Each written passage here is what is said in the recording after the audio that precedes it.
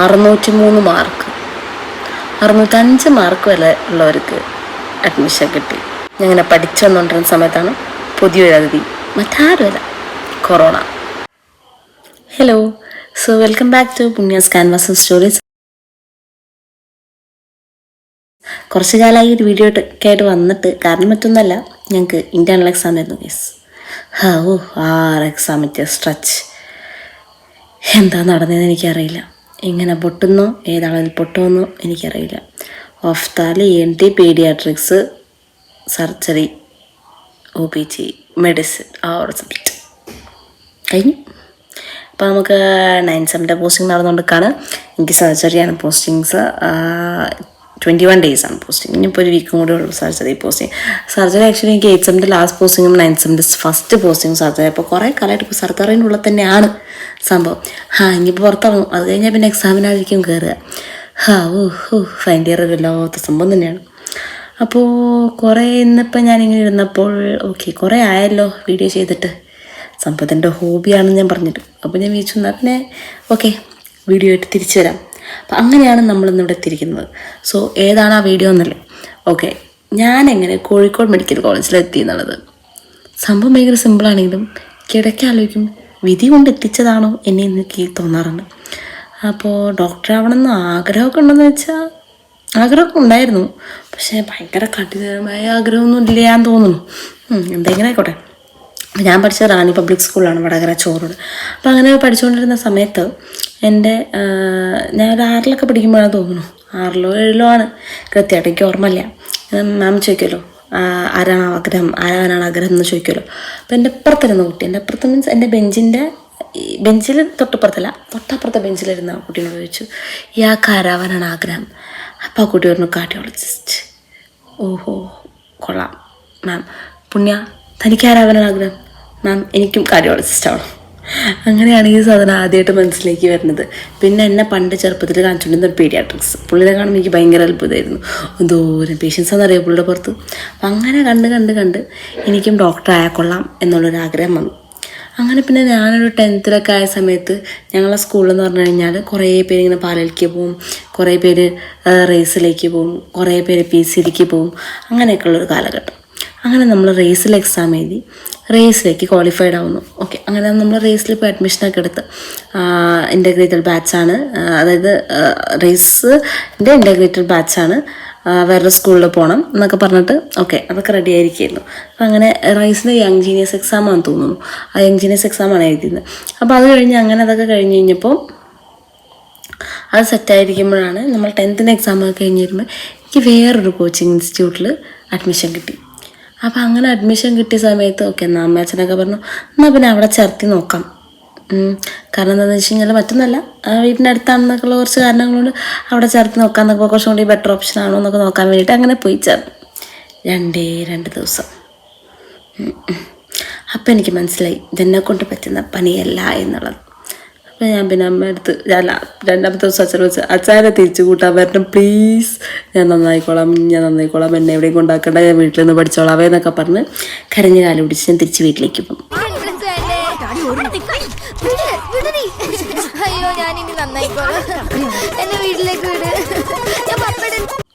അപ്പം ഞാനൊരു കാര്യം തീരുമാനിച്ചു, ഇനി എൻട്രൻസിൻ്റെ ലോകത്തിലേക്ക് പുണ്യ നടത്താനില്ല. പക്ഷെ അവിടെയും ഒരു ടെസ്റ്റ്. സംഭവം നമ്മൾ റേസിൽ നിന്ന് റീഫണ്ടൊക്കെ വാങ്ങി പോന്നിരുന്നു, ഈ പരിപാടി നടക്കില്ല എന്ന് പറഞ്ഞിട്ട്. അങ്ങനെ ഇരിക്കുകയാണ് എൻ്റെ ഒരു ഫ്രണ്ടിൻ്റെ അമ്മ. അപ്പോൾ ആ ആൻറ്റി ഇല്ലെങ്കിൽ, കവിത ആൻറ്റി ഇല്ലെങ്കിൽ ചിലപ്പോൾ ഞാനൊന്നും ഇവിടെ ഇരിക്കില്ല. കവിത ആൻറ്റിയാണ് ഇങ്ങനെ വിളിച്ചിട്ട് പറയണേ പുണ്യ ഡോക്ടർ ആവേണ്ട ഇയാൾക്ക് എന്നൊക്കെ പറഞ്ഞ് എന്നെ ഇങ്ങനെ മോട്ടിവേറ്റ് ചെയ്തു. അപ്പോൾ ഞാൻ അങ്ങനെ വിചാരിച്ചപ്പോൾ അപ്പോൾ അമ്മയും ഇങ്ങനെ പറഞ്ഞപ്പോൾ പോയി നോക്കാമല്ലേ, എന്തെങ്കിലുമൊക്കെ ആയിക്കോട്ടെ എന്നൊക്കെ വിചാരിച്ചിട്ട് പോയി നോക്കാം എന്ന് ഞാൻ തീരുമാനമെടുത്തു. അങ്ങനെ ഞാൻ റേസിൽ ചേരാൻ തീരുമാനിച്ചു. MSSലാണ് കേട്ടോ പഠിക്കണത്, റേസിൻ്റെ കോച്ചിങ്ങും. അപ്പോൾ അങ്ങനെ ഞാൻ +1 ആയ സമയത്ത് MSSൽ പോയി ജോയിൻ ചെയ്യാണ്. അപ്പോൾ സംഭവം പഠിപ്പിച്ചൊക്കെ ആണെന്നൊക്കെ ചോദിച്ചാൽ വലിയൊരു പഠിപ്പിച്ചതല്ല, ആവറേജ് എബവ് ആവറേജ് സ്റ്റുഡൻ്റാണ്. പക്ഷെ എനിക്കിങ്ങനെ കലാപരിപാടികളിലൊക്കെ ഭയങ്കര താല്പര്യമാണ്. പാട്ടും ഡാൻസല്ല, സംസാരമാണ് ഏറ്റവും പ്രിയം. അപ്പോൾ അങ്ങനെ അതൊക്കെ വെച്ചിട്ടാണ് ഞാൻ അവിടെ പോണത്. സംഭവം അവിടെ ചെന്ന് നോക്കുമ്പോൾ നമ്മുടെ ചുറ്റുമുള്ള കുട്ടികളൊക്കെ ഭയങ്കര ബ്രില്യൻ്റ് ആയിട്ടുള്ള കുട്ടികളാണ്. അപ്പോൾ എന്നെക്കൊണ്ട് പറ്റാവുന്ന രീതിക്കൊക്കെ ഞാനും പഠിക്കാമെന്നൊക്കെ വിചാരിച്ചു. അങ്ങനെ തട്ടിയും മുട്ടിയൊക്കെ ഫസ്റ്റ് ഇയറൊക്കെ കടന്നുപോയി. പക്ഷേ ഇപ്പോഴും പണ്ടും ഒക്കെ എന്നെ ഒരുപോലെ വേട്ടയാടുന്നൊരു വിഷയമുണ്ട്. That is home sickness. Yes, I M A home സിക്ക് ഗേൾ. ഇനി ഇത് കണ്ടിട്ട് ഹോം സിക്നെസ് ആയ ആർക്കെങ്കിലും ഒരു ഇൻസ്പിറേഷൻ ഒന്നും ആയിക്കോട്ടെ, നല്ലതല്ലേ? അപ്പോൾ ഞാൻ ഭയങ്കര ഹോം സിക്കായിട്ടുള്ള ഒരാളാണ്. ഇപ്പോൾ വലിയ കുഴപ്പമില്ല എന്ന് തോന്നുന്നു. പക്ഷെ എന്നാലും ഞാൻ ഹോം സിക്കാണ്. എനിക്ക് 2 ആഴ്ചയിൽ എൻ്റെ വീട്ടുകാരെ കണ്ടില്ലെങ്കിൽ എനിക്ക് ഭയങ്കര ബുദ്ധിമുട്ടാണ്. അപ്പോൾ അങ്ങനെ അതൊക്കെ കഴിഞ്ഞ് കഴിഞ്ഞാൽ ഞാൻ ഫസ്റ്റ് ഇയർ കഴിഞ്ഞ് സെക്കൻഡ് ഇയർ ഒക്കെ ആയപ്പോഴേക്കും എനിക്ക് ഹോസ്റ്റൽ അങ്ങോട്ട് തീരെ പറ്റുന്നില്ല. അപ്പോൾ പിന്നെ ഞാൻ വിചാരിച്ചു ഹോസ്റ്റലിൽ ക്വിറ്റ് ചെയ്യാമെന്നൊക്കെ വിചാരിച്ച് എന്ത് ചെയ്തു, എൻ്റെ അമ്മേനെയും അമ്മമ്മേനെയും ഞാൻ കോഴിക്കോട്ടേക്ക് കൊണ്ടുവന്നു. അങ്ങനെ ഞങ്ങൾ കോഴിക്കോട് താമസം തുടങ്ങി. കോഴിക്കോട് കാരപ്പറമ്പായിരുന്നു താമസം. ഒരു കൊല്ലമൊക്കെ ഉണ്ടായിരുന്നു തോന്നുന്നു കാരപ്പറമ്പ് കേട്ടോ, എൻ്റെ ഈ കോച്ചിങ്ങായിട്ട് ബന്ധപ്പെട്ട്. അങ്ങനെ നമ്മൾ okay come back to studies എന്നൊക്കെ പറഞ്ഞ് സീനാക്കി. ആദ്യത്തെ ഒരു ആവേശം പിന്നെ ഫസ്റ്റ് ഇയറിൻ്റെ പകുതി ഏൽപ്പിക്കും പോയി. പ്ലസ് 1 പകുതി ഏൽപ്പിക്കും. പിന്നെ എനിക്ക് വലിയ ആവശ്യമൊന്നുമില്ല പഠിക്കാൻ. പോണ വയ്യെ തളിക്കാന്ന് പറഞ്ഞ പോലെ ഞാൻ അങ്ങനെ പോയി. പക്ഷെ പിന്നെയാണ് എനിക്ക് മനസ്സിലായത് പഠിച്ചില്ലെങ്കിൽ എനിക്ക് കിട്ടില്ല. അങ്ങനെ പഠിക്കാൻ തയ്യാറായി. അമ്മ വന്നല്ലോ. പക്ഷെ സംഭവം ഒരു പ്രശ്നമുണ്ട്. അത് നമ്മൾ കുറേ കാലം പഠിക്കാൻ നോക്കുമ്പോൾ നമ്മളെ കൊണ്ട് നടക്കില്ല. പിന്നെ ശ്രമിച്ചാലും പെട്ടെന്നൊന്നും മാർക്ക് കൂടില്ല. അങ്ങനെ പല സത്യങ്ങളും മനസ്സിലാക്കി ഞാൻ പതുക്കെ ഇങ്ങനെ മുന്നേറിക്കൊണ്ടിരിക്കുകയാണ്. മാർക്കിലല്ല, എങ്ങനെയൊക്കെ നടന്ന് സെക്കൻഡ് ഇയർ ഇങ്ങനെ തള്ളിക്കൊണ്ടിരിക്കുക, അതായത് +2. അങ്ങനെ അതിൻ്റെ കൂടെ ഞാൻ എന്നെ കഷ്ടപ്പെട്ട് പഠിക്കുന്നുണ്ട്. എങ്ങനെയെങ്കിലും വീട്ടുകാരെ അങ്ങോട്ട് കൊണ്ടുവന്നല്ലോ, അവരോട് എനിക്കൊരു ഇത് വേണമല്ലോ, കമ്മിറ്റ്മെൻറ്റ് വേണമല്ലോ. അങ്ങനെ ഞാൻ കഷ്ടപ്പെട്ട് സെക്കൻഡ് ഇയർ കമോൺ പുണ്യ യു ക്യാൻ ഡു ഇറ്റ് എന്നൊക്കെ പറഞ്ഞ് സീൻ പഠിത്തം. പക്ഷെ മാർക്കൊന്നും കൂടുന്നില്ല കേട്ടോ. കാരണം +1 ഒന്നും അറിയില്ലല്ലോ. +1 അറിയാം. +1 ഒരു ലാസ്റ്റ് ഹാഫ് ആ സമയത്താണ് ഞാൻ ഉറപ്പിയത്. ഫസ്റ്റ് ഹാഫൊക്കെ സെറ്റായിരുന്നു. അങ്ങനെ അത് കഴിഞ്ഞ് സെക്കൻഡ് ഇയറിൻ്റെ ലാസ്റ്റായി പുതിയൊരാളുടെ എൻട്രി. വാ, നമ്മളെല്ലാവരും കാത്തിരുന്ന ഒരാൾ. ആര് വന്നു ഗേസ്? പ്രത്യേകിച്ച് വേറെ ആരും അല്ല വന്നത്, കൊറോണ.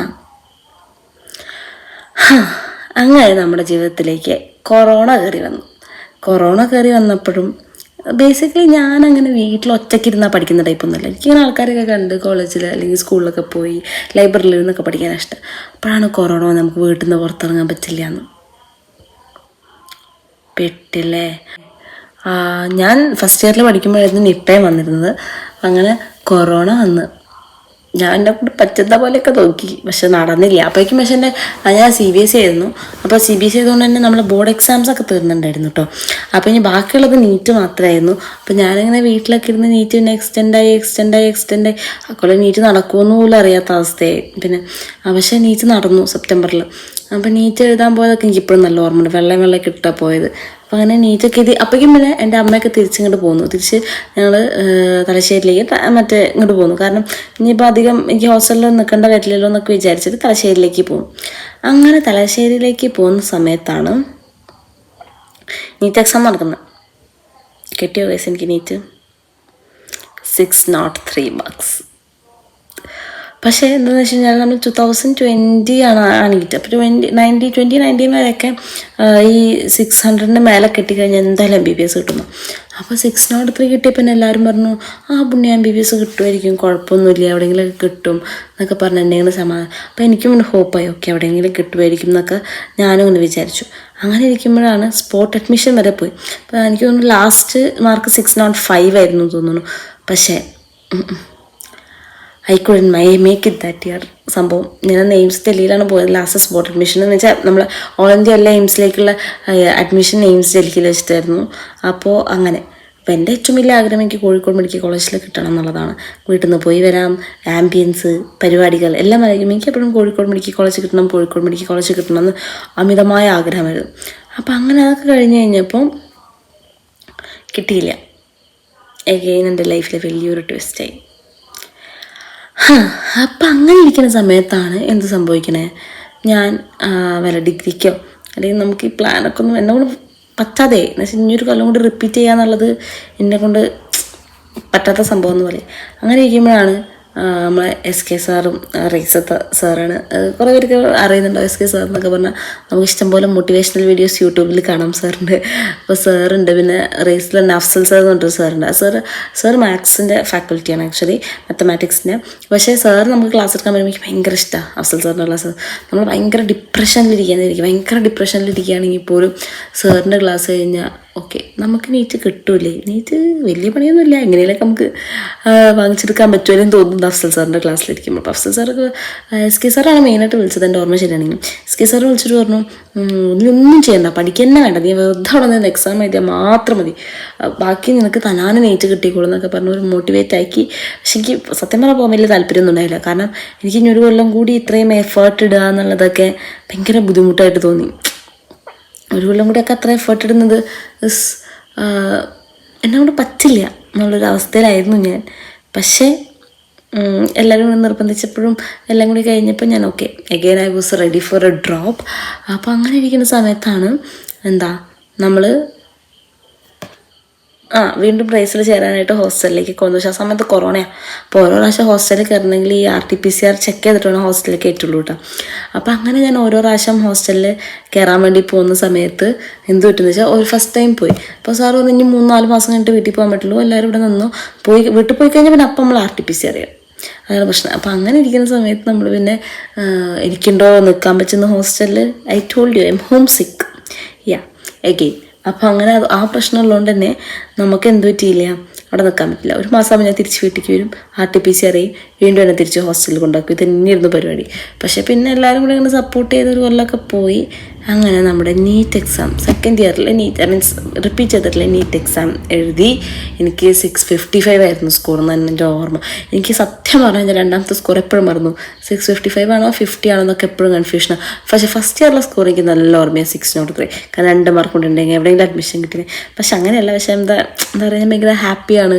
കാരണം ഞാൻ ആഗ്രഹിച്ചത് അത് കിട്ടി. കാരണം എനിക്ക് കോഴിക്കോട് മെഡിക്കൽ കോളേജിൽ കിട്ടുന്നത് ഭയങ്കര ആഗ്രഹമായിരുന്നു. അപ്പോൾ 655 ആണ് സ്കോർ. അത് നോക്കിയതിന് വേറെ രസമുള്ളൊരു കഥ ഉണ്ട്. അതായത് 655 ആണ് സ്കോറെന്ന് ഞാൻ എക്സാം കഴിഞ്ഞിട്ട് നോക്കിയിട്ടുണ്ടായിരുന്നില്ല. അപ്പോൾ കുറേ ദിവസം കഴിഞ്ഞ് ആൻസർ കീ ഒക്കെ വന്ന സമയത്ത് ഞാൻ നോക്കാന്നുള്ള ഇതിലിങ്ങനെ ഇരിക്കുന്ന സമയത്ത് വീട്ടിൽ അമ്മ ഉണ്ട്, മറ്റേ ഇത് നോക്കണം, അമ്മയുടെ ഫോൺ എടുത്തിട്ടാണ് നമ്മൾ ആൻസർ കീ നോക്കുന്നത്. അപ്പോൾ അമ്മയുടെ ഫോണിൽ ആൻസർ കീ നോക്കുന്ന സമയത്ത് ആ സമയത്തേക്ക് ഫോൺ ഉണ്ട് തോന്നുന്നു, പക്ഷേ നല്ല ഫോണൊന്നുമല്ല. അപ്പം അമ്മയുടെ ഫോണിലാണ് ആൻസർ കീ നോക്കണേ. അപ്പം അമ്മയ്ക്കൊരു കോൾ വന്നിട്ടു. അപ്പം ഞാനിത് നോക്കിയപ്പോൾ അതേപോലെക്ക് ടെൻഷനായി. നമുക്ക് ഈശോ എത്ര മാർക്ക് കിട്ടും എന്നൊക്കെ ടെൻഷനായിരിക്കും. അപ്പോഴാണ് അമ്മയ്ക്ക് ഫോൺ വരുന്നത്. അപ്പം അമ്മയ്ക്ക് ഫോൺ വന്നിട്ട് അപ്പം ഞാൻ അമ്മയോട് പറഞ്ഞു, അമ്മ വെക്ക്. അപ്പം അമ്മയ്ക്കൊരു ടെൻഷനും ഇല്ല. പക്ഷെ ഞാനവിടെ കിടന്ന് ടെൻഷൻ വെച്ചാവാം. പിന്നെ അമ്മ ഒരു കണക്കിന് ഫോണൊക്കെ വെച്ച് ഞാൻ ഫുള്ള് നോക്കി. എനിക്ക് മനസ്സിലായി 650 55 അങ്ങനത്തെ സ്കോറെന്ന് മനസ്സിലായി. അപ്പോഴാണ് എനിക്ക് സംഭവം മനസ്സിലാവണേ. അമ്മ ഓൾറെഡി ഇതൊക്കെ നോക്കി എൻ്റെ മാർക്കൊക്കെ കാൽക്കുലേറ്റ് ചെയ്ത് വെച്ചിട്ടുണ്ടായി. വെറുതെയാണ് അമ്മയ്ക്ക് ടെൻഷൻ ഇല്ലാത്ത. അമ്മ അന്ന് തന്നെ അതായത് എക്സാം കഴിഞ്ഞാൽ പിറ്റേ ദിവസം കണ്ട് എൻ്റെ മാർക്കൊക്കെ നോക്കി വെച്ചിട്ടുണ്ടായിരുന്നു. അങ്ങനെ 655 സ്കോറുണ്ട്. റിസൾട്ട് വന്ന് എനിക്ക് ഓർമ്മയുണ്ട്. ഞാൻ ആ സമയത്ത് ഡ്രൈവിംഗ് ക്ലാസ്സിനും ഉണ്ടായിരുന്നു. ഡ്രൈവിംഗ് ക്ലാസ്സിന് പോയിട്ട് തിരിച്ചു വരുന്ന വഴി ഞാൻ നടക്കുമ്പോഴാണ് ടെൻഷൻ അടിച്ചിട്ട് റിസൾട്ട് കിട്ടുന്നു. 655 ആണ്. എത്രയെന്ന് റാങ്ക് 3000 അയ്യോ സത്യം എനിക്ക് റാങ്ക് ഓർമ്മയില്ല കേട്ടോ. അപ്പം അങ്ങനെ ഇനിയിപ്പോൾ റാങ്ക് വേണമെങ്കിൽ നമുക്ക് നോക്കിയെടുക്കാം, എവിടെയെങ്കിലും ഉണ്ടോ നോക്കട്ടെ. അപ്പോൾ അങ്ങനെ അത്ര റാങ്ക് ഉണ്ടെന്നൊക്കെ പറഞ്ഞ് ഭയങ്കര ഹാപ്പിയായി വീട്ടിലെന്നൊക്കെ എനിക്ക് നല്ല ഓർമ്മ ഉണ്ട്. അത് കഴിഞ്ഞ് അലോട്ട്മെൻറ്റിന് കൊടുത്ത സമയത്ത് ഞാൻ ഫസ്റ്റ് അലോട്ട്മെൻറ്റ് ചിലപ്പോൾ ട്രിവാൻഡ്രം ഓർ കോഴിക്കോട് തന്നെയായിരുന്നു. പക്ഷേ ഫസ്റ്റ് അലോട്ട്മെൻറ്റ് രാത്രി 4 മണിക്കെങ്ങാണ്ട് വന്നത്. എൻ്റെ കസിൻ്റെ വീട്ടിലെങ്ങനെയായിരുന്നു.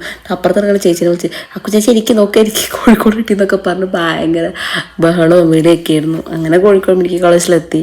2021 നീറ്റായിരുന്നു ഞാൻ. പിന്നെ ഫസ്റ്റ് ഇയർ കഴിഞ്ഞു, സെക്കൻഡ് ഇയർ കഴിഞ്ഞു, തേർഡ് ഇയർ കഴിഞ്ഞു. ഇപ്പോൾ ഫൈനൽ ഇയറിലിരിക്കുകയാണ്. ഇപ്പോൾ അതൊക്കെ ആലോചിക്കുന്ന സമയത്ത് എന്താ പറയുക, ഒരു ഹാപ്പിനെസ്. കുറേ കഷ്ടപ്പെട്ടിട്ടുണ്ട്, പല പ്രാവശ്യം വേണ്ടാന്ന് തോന്നിയിട്ടുണ്ട്, നീറ്റ് എന്നെ കൊണ്ട് പറ്റില്ല എന്ന് തോന്നിയിട്ടുണ്ട്. പക്ഷെ എന്നിട്ടും ഞാനിവിടെ ഇരിക്കുന്നുണ്ട്. അപ്പോൾ അത് എല്ലാവർക്കും പറ്റും എന്നുള്ളതാണ് ഇതിൻ്റെ ബേസിസ് അല്ലേ. കുറേ പേര് ഹോം സിക്കാന്നൊക്കെ പറയാറുണ്ട്. ഇടയ്ക്ക് ഇങ്ങനെ മെൻറ്റർഷിപ്പൊക്കെ ചെയ്യാൻ വേണ്ടി പോകുന്ന സമയത്തുണ്ട് പറയാറുണ്ട്, ചേച്ചി ഞങ്ങൾ ഭയങ്കര ഹോം സിക്കാണ്, ഞങ്ങൾക്ക് വീട്ടിൽ കാണാതെ പറ്റില്ല. അപ്പം ഞാൻ ബെസ്റ്റ് എൻ്റെ അടുത്തേക്കാണോ വരുന്നത്, കമോൺ ഗൈസ് എന്നൊക്കെ പറഞ്ഞിട്ടാണ് ഈ പിള്ളേരെ മോട്ടിവേറ്റ് ചെയ്യും. സംഭവം ഹോം സിക്നെസ് ഒരു തെറ്റായിട്ട് എനിക്ക് തോന്നിയിട്ടില്ല. നമുക്ക് വീട്ടുകാരോടുള്ള സ്നേഹമല്ലേ ഹോം സിക്നെസ്. പക്ഷെ നമ്മളത് ഓവർകം ചെയ്യണം. മറ്റേ മൊമെന്റ് ചിലപ്പോൾ നമ്മൾ ഒറ്റയ്ക്കൊക്കെ താമസിക്കേണ്ട വന്നു കഴിഞ്ഞാൽ ഡെഫിനറ്റ്ലി നമുക്കും ഹോം സിക്ക് മാറ്റിയെടുക്കേണ്ട ആവശ്യം വരും.